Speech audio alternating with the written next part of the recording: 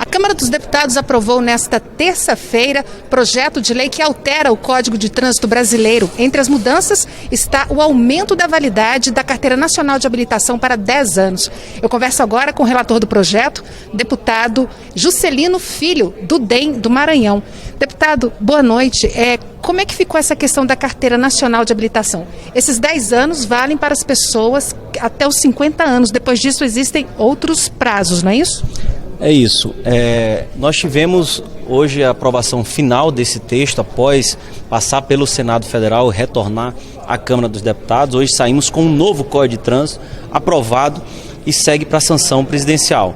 É importante ressaltar a iniciativa do governo, do Executivo, em enviar um projeto de lei, trazer esse debate para o Congresso Nacional. Em 20 anos isso não acontecia, que é o tempo que já tem mais de 20 anos esse código, o código anterior.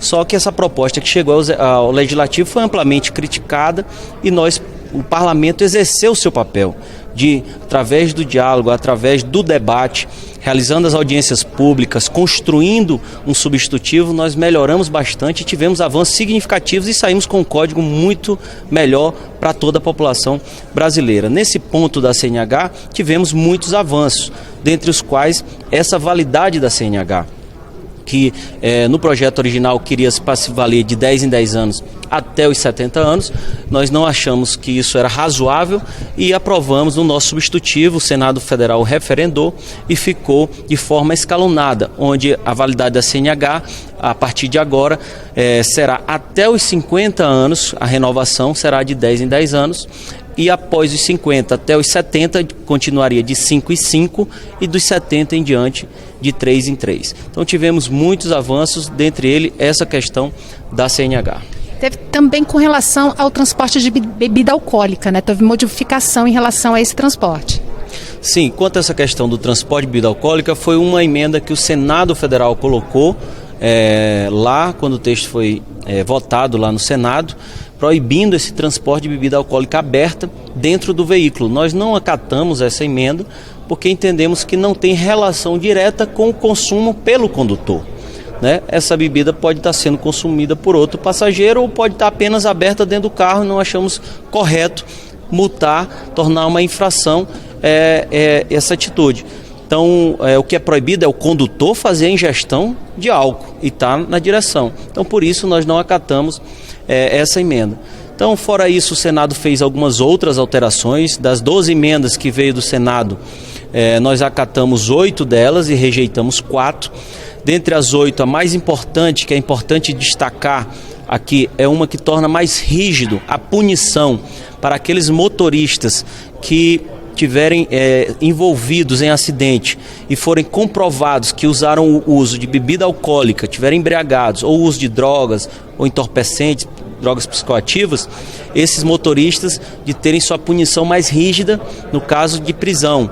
Porque o que a gente viu e foi um pedido da sociedade mesmo, porque a gente vê muitos casos onde os motoristas se envolvem em acidente embriagado e acabam às vezes tirando a vida e no dia seguinte estão soltos por uma pena ser possível trocar essa pena, né? Substituição dessa pena. Enfim, então isso foi um avanço importante que veio do Senado Federal que nós acatamos no texto final que seguiu para a sanção presidencial. Com relação à cadeirinha, está mantida também multa para quem o pai condutor, mãe condutora que não mantiver a cadeirinha para o filho menor. Isso, outro avanço importante já do nosso substitutivo da Câmara foi que nós retomamos a questão da multa para aquele que não usar a cadeirinha, esse instrumento que é muito importante para a segurança das crianças no trânsito.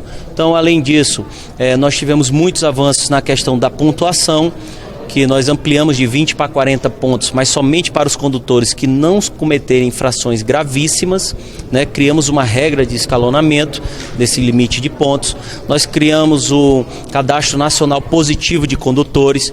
Nós também voltamos à questão do exame toxicológico, que é uma lei nova que tem efetividade, que os números mostram a redução de acidentes nas rodovias. Inclusive os Estados Unidos, essa semana chegou a informação que começou também a adotar esse exame toxicológico toxicológico de larga escala para os caminhoneiros de rodovias.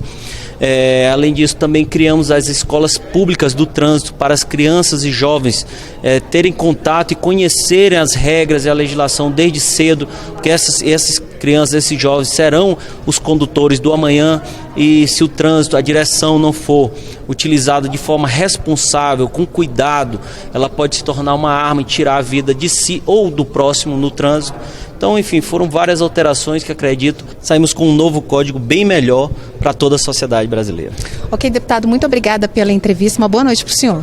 Boa noite a todos.